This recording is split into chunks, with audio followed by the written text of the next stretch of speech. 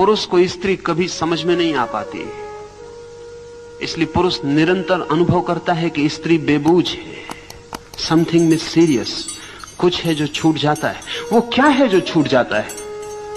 निश्चित ही पुरुष और स्त्री साथ साथ जीते हैं। पुरुष स्त्री से पैदा होता है, स्त्री के साथ जीता है, प्रेम करता है, जन्म पूरा जीवन बिताता है। फिर भी क्या है जो स्त्री के भीतर पुरुष के लिए अनजान और अपरिचित रह जाता है? वही अनजान और अपरिचित तत्व का नाम लाओस से कह रहा है फेमिनिन मिस्ट्री, घाटी का रहस्य, अंधकार का रहस्य, निषेध की खूबी। क्या है स्त्री के भीतर? अगर एक स्त्री आपसे प्रेम में पड़ जाए तो भी आक्रमण नहीं करती, प्रेम में भी आक्रमण नहीं करती है, प्रेम में भी प्रतीक्षा करती है, आक्रमण का मौका आपको ही देती है। आप कभी किसी स्त्री से ऐसा न कह सकेंगे कि तूने मुझे प्रेम में उलझा दिया, कि तूने मुझे विवाह में डाल दिया। स्त्रियां ही डालती हैं, लेकिन कभी आप किसी स्त्री से ऐसा न कह सकेंगे कि तूने मुझे प्रेम में उलझा दिया, क्योंकि इनिशिएटिव वे कभी नहीं लेती, पहल वे कभी नहीं करती। वही उनका रहस्य, खींचना बिना किसी क्रिया के, बिना किसी कर्म के आकर्षित करना, सिर्फ होने मात्र से आकर्षित करना, जिसको कृष्ण ने गीता में इनेक्शन कहा है, अकर्म कहा है। स्त्री का रहस्य वही है। वो अगर प्रेम में भी गिर जाए तो उसकी तरफ से इशारा भी नहीं मिलता कि वो आपके प्रेम में गिर गई है। उसकी मौजूदगी आपको खींचती है, खींचती है। आप ही पहली दफा कहते हैं कि मैं प्रेम में पड़ गया हूं। स्त्री कभी किसी से नहीं कहती कि मैं तुम्हारे प्रेम में पड़ गई हूं। पहल कभी नहीं करती, क्योंकि पहल आक्रामक है, एग्रेसिव है, पॉजिटिव है। जब मैं किसी से कहता हूं कि मैं तुम्हें प्रेम करता हूं, मैं अपने से बाहर गया, मैंने कहीं जाके आक्रमण किया, मैंने ट्रेस पासिंग शुरू की, मैं दूसरे की सीमा में प्रवेश कर रहा हूं। स्त्री कभी किसी की सीमा में प्रवेश नहीं करती, फिर भी स्त्री आकर्षक है। उसका रहस्य क्या है? निश्चित ही उसका आकर्षण इनएक्टिव है, एक्टिव नहीं है। पुकारती है लेकिन आवाज नहीं होती उस पुकार में, हाथ फैलाती है लेकिन उसके हाथ दिखाई नहीं पड़ते, निमंत्रण दिया जाता है लेकिन निमंत्रण की कोई भी रूपरेखा नहीं होती। कर्म पुरुष को करना पड़ता है, कदम उसे उठाना पड़ता है, जाना उसे पड़ता है, प्रार्थना उसे करनी पड़ती है, और फिर भी स्त्री इंकार किए चली जाती है।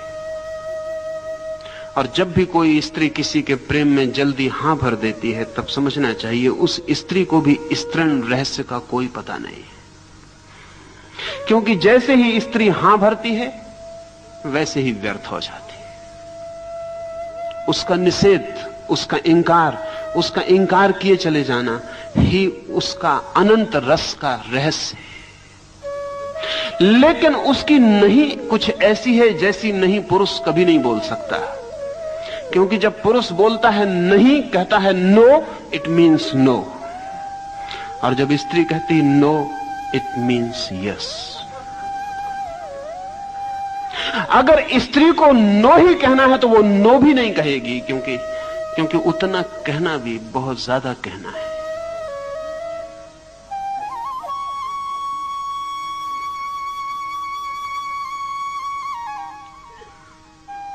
मुल्ला नसरुद्दीन एक युवती के प्रेम में पड़ गया है। बहुत परेशान घर आके अपने पिता को कहा है, चिंतित उदास है। तो पिता ने पूछा है इतना चिंतित क्यों है नसरुद्दीन? नसरुद्दीन ने कहा कि मैं बड़ी मुश्किल में पड़ गया, जिस स्त्री के पीछे मैं 9 महीने से चक्कर लगा रहा हूं,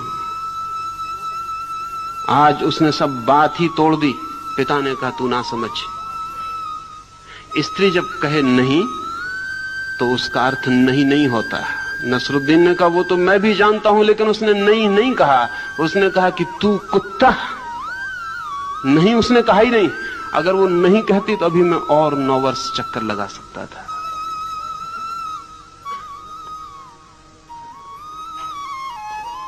उसने नहीं भी नहीं कहा है, उतना भी रास्ता नहीं छोड़ा है। स्त्री जब हां करती है तब वो पुरुष की भाषा बोल रही है।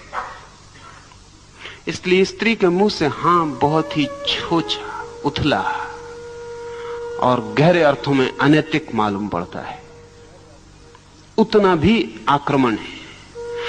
स्त्री का सारा रहस्य और राज तो इसमें है, उसकी मिस्ट्री इसमें है कि वो नहीं कहती है और बुलाती है, नहीं बुलाती और निमंत्रण जाता है। अपनी ओर से कभी कोई कमिटमेंट स्त्री नहीं करती, सब कमिटमेंट पुरुष करता है, सब प्रतिबद्धताएं पुरुष की हैं।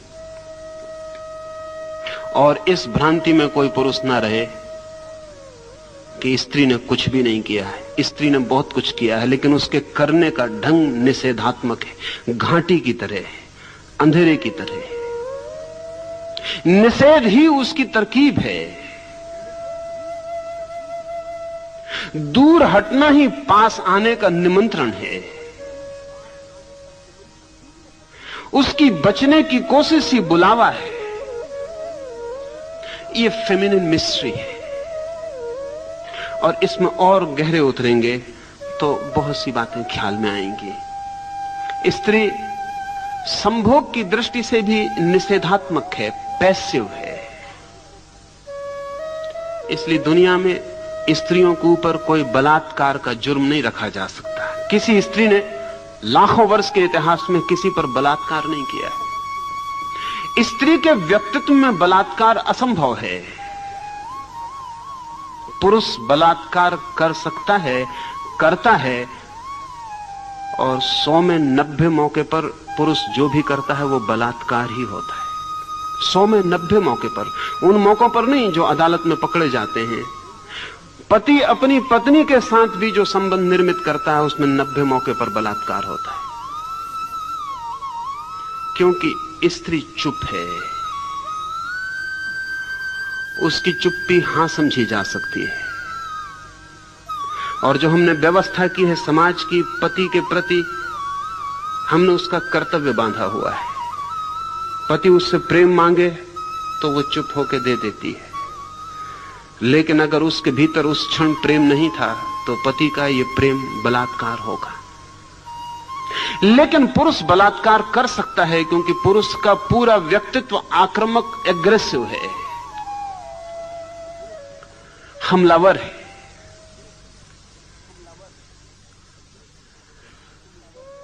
स्त्री का व्यक्तित्व रिसेप्टिव, ग्राहक है। यह न केवल व्यक्तित्व बल्कि शरीर की संरचना भी प्रकृति ने ऐसी ही की है कि स्त्री का शरीर केवल ग्राहक है, पुरुष का शरीर आक्रामक है।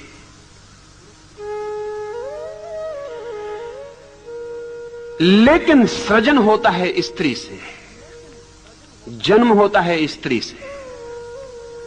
आक्रमण करता है पुरुष, जो कि बिल्कुल संयोगिक है, जिसके बिना चल सकता है, और जन्म होता है स्त्री से जो केवल ग्राहक है। वैज्ञानिक कहते हैं जब भी कहीं जन्म होता है तो अंधेरे में, बीज फूटता है तो जमीन के अंधेरे में। रोशनी में ले आओ और बीज फूटना बंद कर देता है। एक व्यक्ति जन्मता है तो मां के गर्भ के अंधकार में, निपट गहन अंधकार में। प्रकाश में ले आओ, जन्म मृत्यु बन जाती है। जीवन में जो भी पैदा होता है सूत्र रहस्य का, वो सदा अंधकार में, गुप्त और छिपे हुए जगत में होता है। और गुप्त वही हो सकता है जो एग्रेसिव ना हो, आक्रामक ना हो। जो आक्रामक है वो गुप्त कभी नहीं हो सकता। इसलिए पुरुष के व्यक्तित्व में सतह बहुत होती है, गहराई नहीं होती उतनी। स्त्री के व्यक्तित्व में सतह बहुत कम होती है, गहराई बहुत ज्यादा होती है। और यही कारण है कि पुरुष जल्दी थक जाता है और स्त्री जल्दी नहीं थकती। आक्रमण थका देगा।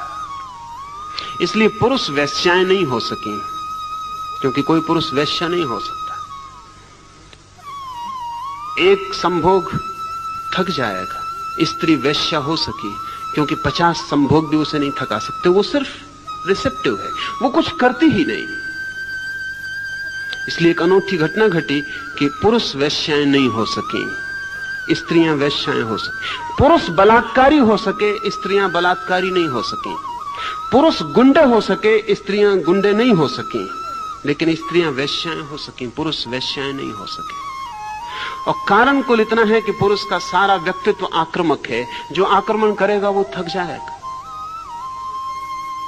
ये जान के आप हैरान होंगे कि जब बच्चे पैदा होते हैं तो 100 लड़कियां पैदा होती हैं तो 116 लड़के पैदा होते हैं।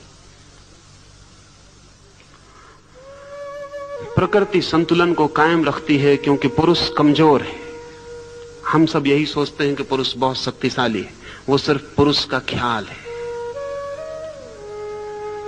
पुरुष कमजोर है, इसलिए 116 लड़के पैदा करने पड़ते हैं और 100 लड़कियां, क्योंकि 14 वर्ष के होते होते 16 लड़के मर जाते हैं और लड़के और लड़कियों का अनुपात बराबर हो जाता है। 16 लड़के एक्स्ट्रा, अतिरिक्त, स्पेयर प्रकृति को पैदा करने पड़ते हैं, क्योंकि पता है कि 16 लड़के 100 में से 14 वर्ष की उम्र पाते पाते मर जाएंगे। स्त्रियों की औसत उम्र पुरुषों से ज्यादा है, 5 वर्ष। अगर पुरुष 70 साल जीता है तो स्त्रियां 75 साल जीती हैं। और स्त्रियां जितना श्रम उठाती हैं शरीर से, क्योंकि एक बच्चे को जन्म देने में जितना श्रम है उतना एक एटम बम को जन्म देने में भी नहीं है।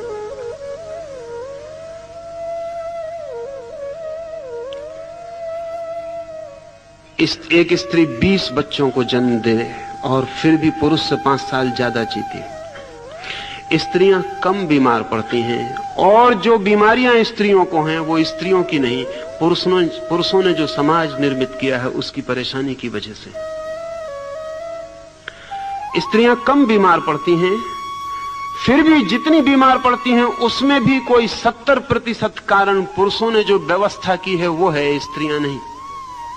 क्योंकि सारी व्यवस्था पुरुष की है, मैन डोमिनेटेड है और पुरुष अपने ढंग से व्यवस्था करता है, उसमें स्त्री को एडजस्ट होना पड़ता है, वो उसकी बीमारी का कारण है। हिस्टीरिया पुरुषों के समाज में स्त्रियों को एडजस्ट होने का परिणाम है। अगर स्त्रियों का समाज हो और पुरुषों को उसमें एडजस्ट होना पड़े तो हिस्टीरिया इससे 5 गुना ज्यादा होगा। करीब करीब सारे पुरुष पागल हो जाएंगे। वो स्त्रियों का रेसिस्टेंस है, प्रतिरोधक शक्ति है कि वो सब पागल नहीं हो गई। फिर भी स्त्रियां आपको क्रोधी दिखाई पड़ती हैं, ईर्ष्यालु दिखाई पड़ती हैं, उपद्रव, कलह 24 घंटे वो जारी रखती हैं। उसका कुल कारण इतना है कि वे जो होने को पैदा हुई हैं, समाज उनको वो नहीं होने देता और कुछ और करवाने की कोशिश करता है। उससे उनकी सृजनात्मक शक्ति विध्वंस की तरफ, परवर्षण की तरफ, विकृति की तरफ चली जाती। और पुरुषों ने स्त्रियों को इतना दबाया और इतना सताया तो आमतौर से लोग समझते हैं, स्त्रियां भी यही समझती हैं कि स्त्रियां कमजोर थीं इसलिए पुरुषों ने इतना सताया। मैं आपसे कहना चाहता हूं, जो जानते हैं वो कुछ और जानते हैं। वो ये जानते हैं कि स्त्रियां इतनी शक्तिशाली थीं कि अगर न दबाई गई होती तो पुरुषों को उन्होंने कभी का दबा डाला होता। उनको बचपन से ही दबाने की जरूरत है, नहीं वो खतरनाक सिद्ध हो सकती है। स्त्रियों को सारी दुनिया में दबाए जाने का जो असली कारण है, वो असली कारण यह है कि वो इतनी शक्तिशाली सिद्ध हो सकती हैं अगर बिना दबाई छोड़ दी जाएं कि पुरुष बहुत मुश्किल में पड़ जाएगा। इसलिए उन्हें सब तरफ से रोक देना जरूरी है और बचपन से रोक देना जरूरी है। और रुकावट करीब करीब वैसी है जैसे चीन में हम स्त्रियों को लोहे के जूते पहना देते थे, फिर उनका पैर बड़ा नहीं हो पाता था, फिर वे स्त्रियां दौड़ नहीं सकती थीं, चल नहीं सकती थीं, ठीक से भाग नहीं सकती थीं। सच तो यह है, उन्हें सदा ही पुरुष के कंधे के सहारे की जरूरत थी। और फिर पुरुष उनसे कहता था नाजुक, डेलिकेट। और नाजुक होने को पुरुष ने एक मूल्य बना दिया, एक वैल्यू बना दिया, क्योंकि स्त्री नाजुक हो तो ही उस पर काबू किया जा सकता है। स्त्री पुरुष से ज्यादा मजबूत सिद्ध हो सकती है अगर उसको पूरा विकसित होने दिया जाए, क्योंकि प्रकृति ने उसे जन्म की शक्ति दी है और जन्म की शक्ति सदा उसके पास होती है जो ज्यादा शक्तिशाली है। अन्यथा गर्भ को खींच लेना असंभव हो जाए। लाओस से कहता है इस स्त्रीण रहस्य को ठीक से समझ लें, ये घाटी की जो आत्मा है इसे ठीक से समझ लें। ये घाटी की आत्मा कभी थकती नहीं, ये कभी मरती नहीं। ये जो निषेध है, ये जो ना करने के द्वारा करने की कला है, ये जो बिना आक्रमण के आक्रमण कर देना है, ये बिना बुलाए बुला लेने का जो राज है, इसे ठीक से समझ लें। क्योंकि लाओस से कहता है इस राज को समझकर ही कोई जीवन के परम सत्य को उपलब्ध कर सकता है। हम पुरुष की तरह परम सत्य को कभी नहीं पा सकते, क्योंकि परम सत्य पर कोई आक्रमण नहीं किया जा सकता। कोई हम बंदूकें और तलवारें लेकर परमात्मा के मकान पर कब्जा नहीं कर लेंगे। परमात्मा को केवल वे ही पा सकते हैं जो स्त्रीण रहस्य को समझ गए, जिन्होंने अपने को इतना समर्पित किया, इतना छोड़ा, लेट गो, कि परमात्मा उनमें उतर सके। ठीक वैसे ही जैसे स्त्री पुरुष के प्रेम में अपने को छोड़ देती है, कुछ करती नहीं, बस छोड़ देती है, और पुरुष उसमें उतर पाता है। एक बहुत अनूठी बात जो इधर 10 वर्षों में ख्याल में आनी शुरू हुई, क्योंकि वास्तविक स्त्री खो गई है दुनिया से, और जो स्त्री है वो बिल्कुल सूडो है, वो पुरुष के द्वारा बनाई गई है, वो बिल्कुल बनावटी है। जिसको हम आज स्त्री कह के जानते हैं वो पुरुष के द्वारा बनाई गई गुड़िया से ज्यादा नहीं है। वो स्वाभाविक स्त्री नहीं है जैसी होनी चाहिए। अभी पश्चिम में एक छोटा सा वैज्ञानिकों का प्रयोग चलता है, जिसमें वो ये कोशिश करते हैं कि क्या ये संभव है, और तंत्र ने इस पर बहुत पहले काम किया है, बहुत पहले, कोई 2000 साल पहले, और ये अनुभव किया है कि ये हो सकता है। स्त्री और पुरुष के संभोग में चूंकि पुरुष सक्रिय होता है, अगर पुरुष सक्रिय ना हो पाए तो संभोग असंभव है। अगर पुरुष कमजोर हो जाए, वृद्ध हो जाए, उसके जनन यंत्र शिथिल हो जाएं तो संभोग असंभव है। लेकिन अभी पश्चिम में 10 वर्षों में कुछ प्रयोग हुए हैं गहरे, जिनमें वो कहते हैं कि अगर पुरुष की जननेंद्रिय बिल्कुल शिथिल और क्षीण, शक्तिहीन हो जाए तो भी फिक्र नहीं। स्त्री अगर उस पुरुष को प्रेम करती है तो सिर्फ स्त्री जननेंद्रिय के पास पहुंच जाने पर स्त्री की जननेंद्रिय पुरुष की जननेंद्रिय को चुपचाप अपने भीतर खींच लेती, पुरुष को प्रवेश की भी जरूरत नहीं है। अगर स्त्री का प्रेम भारी है तो उसका शरीर ऐसे खींच लेता है जैसे खाली जगह में हवा खींच के आ जाए। ये बहुत हैरानी का तथ्य है। और अगर ऐसा नहीं होता तो उसका कुल कारण इतना है कि स्त्री प्रेम नहीं करती है उस पुरुष को, इसलिए उसका शरीर उसे खींचता नहीं, और इसलिए पुरुष जो भी कर रहा है वो बलात्कार है। अगर स्त्री प्रेम करती है तो खींच लेगी, उसका पूरा बायोलॉजिकल, उसका जैविक यंत्र ऐसा है कि वो व्यक्ति को अपने भीतर खींच लेगी। लाओस से कहता है ये स्त्री का रहस्य है कि बिना कुछ किए वो कुछ कर सकती है, बिना कुछ किए। पुरुष को कुछ भी करना हो तो करना पड़ेगा। धर्म का रहस्य भी स्त्रीण है। अगर कोई परमात्मा को पाने जाए तो कभी ना पा सकेगा, और कोई केवल अपने हृदय के द्वार को खोलकर ठहर जाए तो परमात्मा यहीं और अभी प्रवेश कर जाता है। दूर दूर खोजे कोई, अनंत की यात्रा करे कोई, भटके जन्मों जन्मों तक, तो भी परमात्मा को नहीं पा सकेगा। क्योंकि परमात्मा को पाने का राज ही यही है कि हम रिसेप्टिव हो जाएं, एग्रेसिव नहीं। हम अपने को खुला छोड़ दें। हम सिर्फ राजी हो जाएं कि वो आता हो तो हमारे द्वार दरवाजे बंद ना पाए। हमारा प्रेम इतना ही करे कि वो एक पैसिव अवेटिंग, एक निष्क्रिय प्रतीक्षा बन जाए। स्त्री जन्म जन्म तक अपने प्रेमी की प्रतीक्षा कर सकती है, पुरुष नहीं कर सकता। पुरुष प्रतीक्षा जानता ही नहीं है। पुरुष के मन की जो व्यवस्था है उसमें प्रतीक्षा नहीं है। उसमें अभी और यहीं इंस्टेंट सब चाहिए। इंस्टेंट काफी भी, इंस्टेंट सेक्स भी, अभी। इसलिए पुरुष ने विवाह ईजाद किया, क्योंकि विवाह के बिना इंस्टेंट सेक्स अभी संभव नहीं है।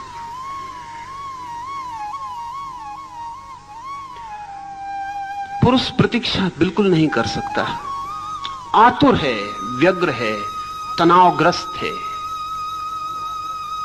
लेकिन स्त्री प्रतीक्षा कर सकती, अनंत प्रतीक्षा कर सकती। इसलिए जब इस मुल्क में हिंदुओं ने पुरुषों को विधुर रखने की व्यवस्था नहीं की और स्त्रियों को विधवा रखने की व्यवस्था की, तो यह सिर्फ स्त्रियों पर जाति ही नहीं थी, ये स्त्रियों की प्रतीक्षा के तत्व की समझ भी इसमें थी।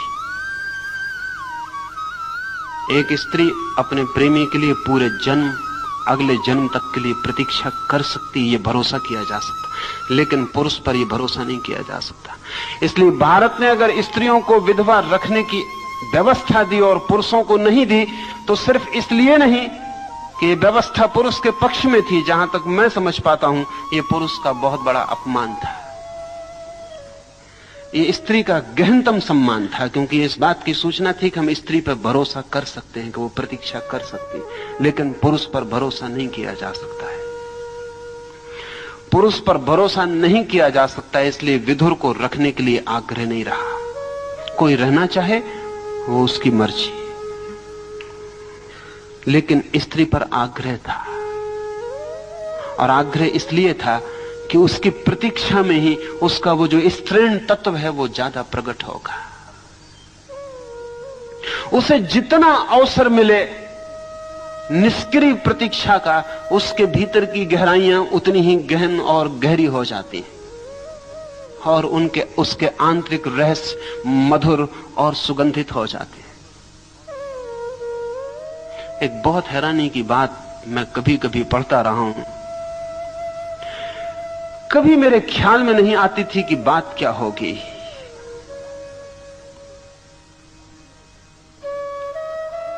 कैथोलिक प्रीस्ट के सामने लोग अपने पापों की स्वीकृतियां करते हैं, कन्फेशन करते हैं। अनेक कैथोलिक पुरोहितों का यह अनुभव है कि जब स्त्रियां उनके सामने अपने पापों की स्वीकृति करती हैं तो स्वभावतः वे भी मनुष्य हैं और केवल ट्रेंड प्रीस्ट हैं। ईसाइयत ने एक दुनिया को बड़े से बड़ी जो बुरी बात दी है वो ये, प्रशिक्षित पुरोहित दिए। कोई प्रशिक्षित पुरोहित नहीं हो सकता। प्रशिक्षित डॉक्टर हो सकते हैं, प्रशिक्षित वकील हो सकते हैं, लेकिन प्रशिक्षित पुरोहित नहीं हो सकता। उसी तरह जैसे प्रशिक्षित पोएट कभी नहीं हो सकता। और अगर आप कविता को सिखा दें और ट्रेनिंग दे दें और सर्टिफिकेट दे दें कि यह आदमी ट्रेंड है कविता में, तो वो सिर्फ तुकबंदी करेगा, कविता उससे पैदा नहीं हो सकती। पुरोहित भी जन्मजात क्षमता है, साधना का फल है, उसे कोई प्रशिक्षित नहीं कर सकता। लेकिन ईसाइयत ने प्रशिक्षित किए, ट्रेंड पुरोहित हैं, उनके पास डिग्रियां हैं, उनमें कोई डीडी है, डॉक्टर ऑफ डिविनिटी है। डॉक्टर ऑफ डिविनिटी कोई नहीं होता, क्योंकि सर्टिफिकेट पर जो डिविनिटी तय हो जाएगी वो डिविनिटी नहीं हो सकती।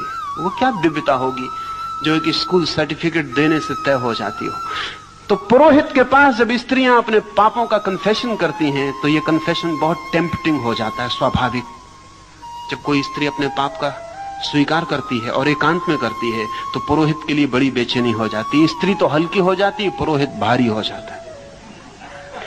लेकिन कैथोलिक पुरोहितों का एक वक्तव्य मुझे सदा हैरान करता था, वो ये कि विधवा स्त्रियां ज्यादा आकर्षक और टेम्पटिंग सिद्ध होती। मैं बहुत हैरान था कि क्या कारण होगा। असल में विधवा अगर सच में विधवा हो तो उसके सौंदर्य में बहुत बढ़ती हो जाती, क्योंकि प्रतीक्षा उसके स्त्रीण रहस्य को गहन कर देती।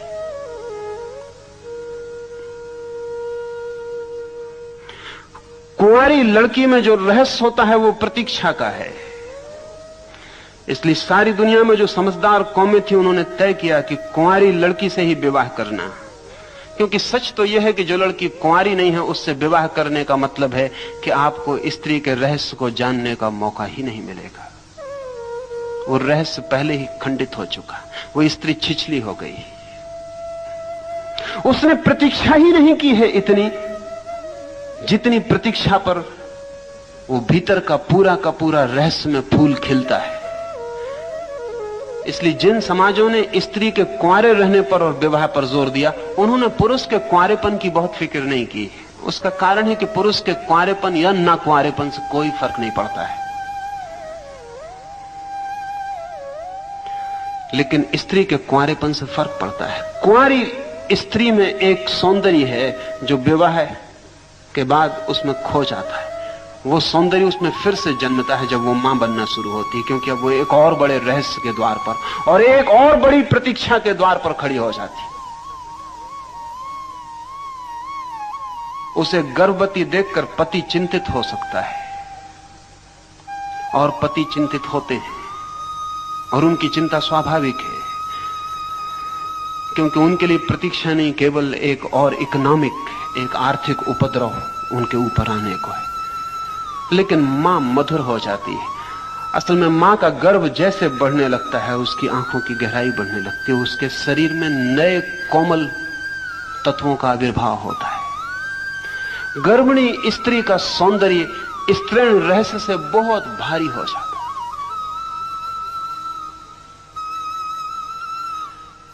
ये क्या होगा रहस्य? ये पैसिविटी इज द सीक्रेट। अब मां बनने के लिए कुछ उसे करना तो पड़ता नहीं। बेटा उसके पेट में बड़ा होने लगता है, उसे सिर्फ प्रतीक्षा करनी होती, उससे कुछ भी नहीं करना होता। असल में उसे सब करना छोड़ देना होता है, सिर्फ प्रतीक्षा ही करनी होती। जैसे जैसे उसके बेटे का या उसकी बेटी का, उसके गर्भ का विकास होने लगता है, वैसे वैसे सब काम उसे छोड़ देना पड़ता है। वो सिर्फ प्रतीक्षा में रह जाती, वो सिर्फ स्वप्न देखने लगती है। इसलिए अगर सारा काम स्त्री छोड़ दे बच्चे के जन्म के करीब, तो वे स्वप्न देख सकती है जो उसके बच्चे के भविष्य की सूचनाएं होंगे। इसलिए महावीर या बुद्ध की मां के स्वप्न बड़े मूल्यवान हो गए।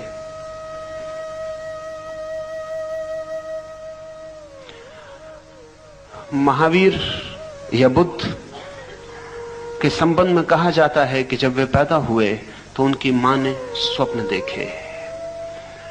वे स्वप्न रोज मां के सामने प्रकट होते गए। उन स्वप्नों में बुद्ध या महावीर के जीवन की सारी रूपरेखा प्रकट हो गई।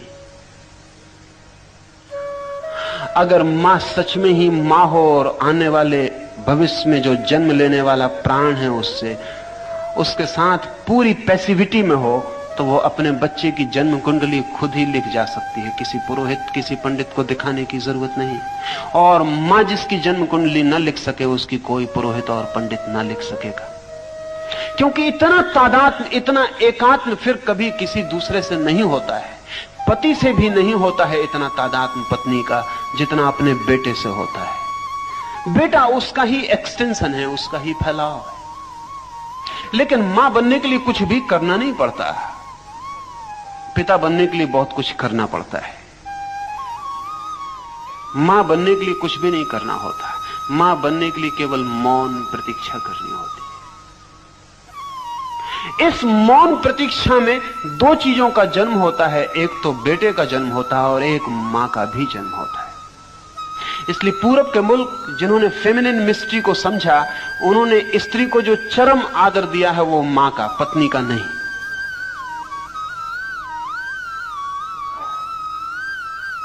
ये बहुत हैरानी की बात है।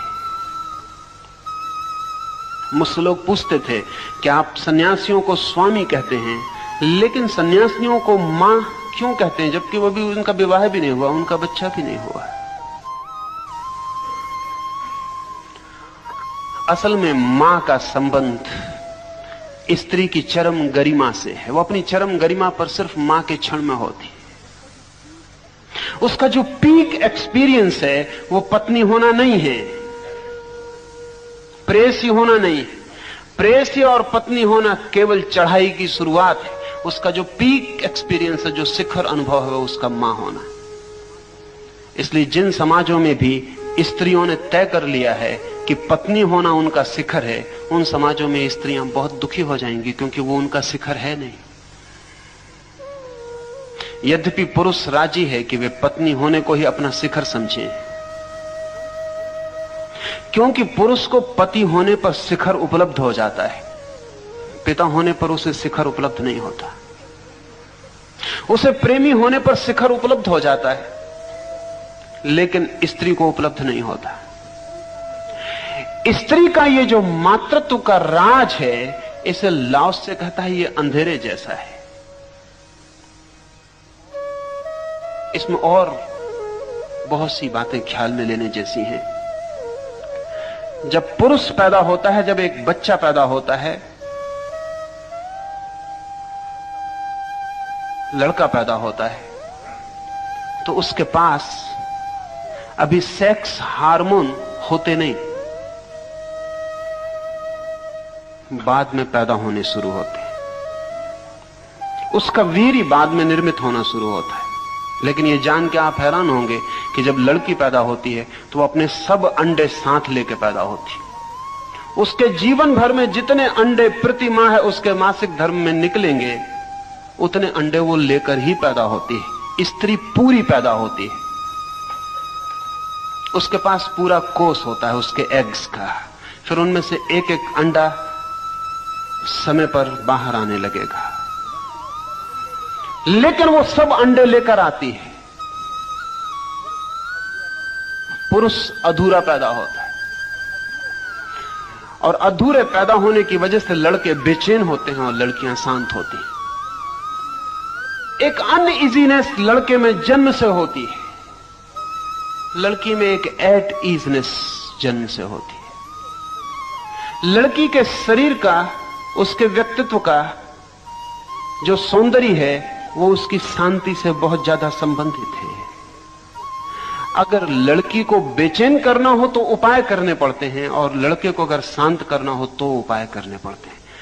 अशांत होना स्वाभाविक है।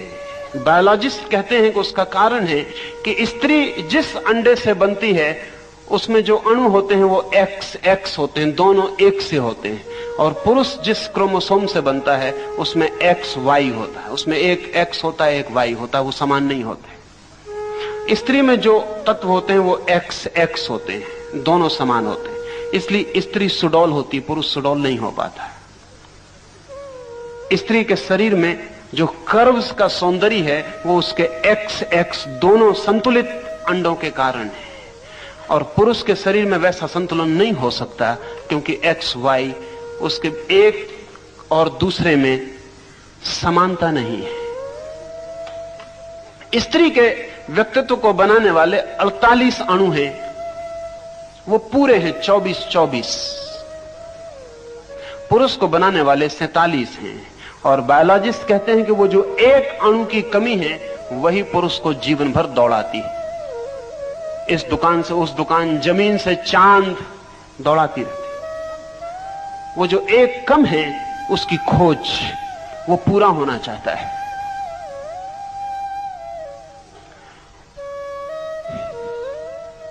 ये जो स्त्री का संतुलित, शांत, प्रतीक्षारत व्यक्तित्व है, लाओस से कहता है ये जीवन का बड़ा गहरा रहस्य है। परमात्मा स्त्री के ढंग से अस्तित्व में है, पुरुष के ढंग से नहीं। इसलिए परमात्मा को हम देख नहीं पाते, उसे हम पकड़ भी नहीं पाते। वो मौजूद है जरूर, लेकिन उसकी प्रेजेंस स्त्रीण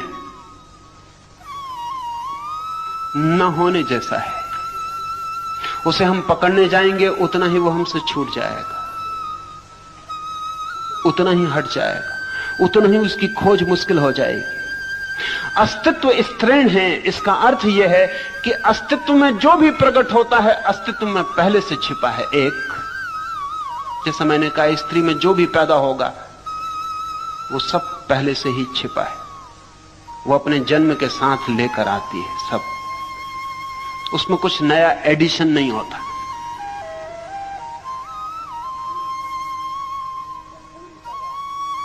वो पूरी पैदा होती है, उसमें ग्रोथ होती है लेकिन एडिशन नहीं होता, उसमें विकास होता है लेकिन कुछ नई चीज जुड़ती नहीं। यही वजह है कि वो बड़ी तृप्त जीती है। स्त्रियों की तृप्ति आश्चर्यजनक है, अन्यथा इतने दिन तक उनको गुलाम नहीं रखा जा सकता था। उनकी तृप्ति आश्चर्यजनक है। गुलामी में भी वे राजी हो जाती है, कैसी भी स्थिति हो वे राजी हो जाती है। अतृप्ति उनमें बड़ी मुश्किल से पैदा की जा सकती है, बड़ी कठिन है, और तभी पैदा की जा सकती है जब कुछ बायोलॉजिकल कठिनाई उनके भीतर पैदा हो जाए, जैसा पश्चिम में लग रहा है कि कठिनाई पैदा हुई है, तो उनमें पैदा की जा सकती है बेचैनी। और जिस दिन स्त्री बेचैन होती है उस दिन उसको चैन में लाना फिर बहुत मुश्किल है, क्योंकि वो बिल्कुल अप्राकृतिक है उसका बेचैन होना। इसलिए स्त्री बेचैन नहीं होती, सीधी पागल होती। या आप जान के हैरान होंगे कि स्त्री या तो शांत होती है या पागल हो जाती है, बीच में नहीं ठहरती, ग्रेडेशंस नहीं है। पुरुष न तो शांत होता है इतना, न इतना पागल होता, बीच में काफी डिग्रीज हैं उसके पास, अशांति की डिग्रीज में वो डोलता रहता है। बड़ी से बड़ी अशांति में भी वो पागल नहीं हो जाता, और बड़ी से बड़ी शांति में भी वो बिल्कुल शांत नहीं हो जाता। नीत्शे ने बहुत विचार की बात कही है। उसने कहा है कि जहां तक मैं समझता हूं, बुद्ध जैसे व्यक्ति में स्त्रीण तत्व ज्यादा रहे होंगे।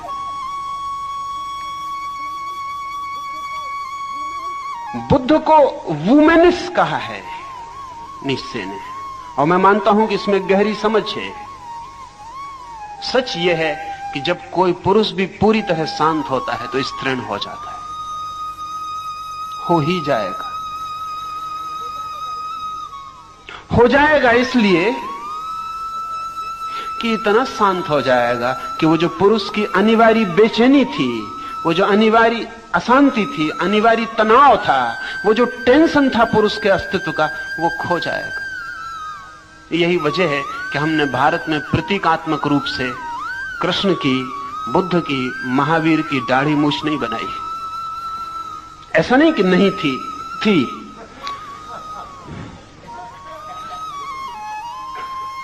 लेकिन नहीं बनाई, क्योंकि वो सांकेतिक नहीं रह गई, सांकेतिक नहीं रह गई। वो बुद्ध के भीतर की खबर नहीं देती, इसलिए उसे हटा दिया। सिर्फ एक मूर्ति पर बुद्ध की दाढ़ी है, इसलिए लोग उस मूर्ति को कहते हैं वो झूठ है, वो ठीक नहीं है, क्योंकि किसी मूर्ति पर दाढ़ी नहीं है। महावीर की एक मूर्ति पर मूंछ है, तो लोग कहते हैं कि वो कुछ किसी जादूगर ने उन पर मूंछ उगा दी है। तो उस पूरे मंदिर का नाम मुछाला महावीर है, मूंछ वाले महावीर, क्योंकि महावीर तो मूंछ वाले थे नहीं। लेकिन महावीर में मूंछ ना हो, बुद्ध में मूंछ ना हो, कभी एक आध दफा ऐसी घटना घट सकती है, क्योंकि कुछ पुरुष होते हैं जिनमें हार्मोन्स की कमी की वजह से दाढ़ी मूंछ नहीं होती। लेकिन जैनों के 24 तीर्थंकर हो, किसी को दाढ़ी ना हो, जरा कठिन है, इतना बड़ा संयोग मुश्किल है। लेकिन वो प्रतीकात्मक है, वो इस बात की खबर है कि हमने ये स्वीकार कर लिया था कि ये व्यक्ति अब स्त्रीण रहस्य में प्रवेश कर गया, द फेमिनिन मिस्ट्री में। ध्यान रहे, जब मैं स्त्रीण रहस्य कह रहा हूं तो कोई ऐसा ना समझे कि मेरा मतलब स्त्री से ही है। स्त्री भी हो सकती है स्त्रीण रहस्य में प्रवेश ना करे, और पुरुष भी प्रवेश कर सकता है। स्त्रीण रहस्य तो जीवन का एक सूत्र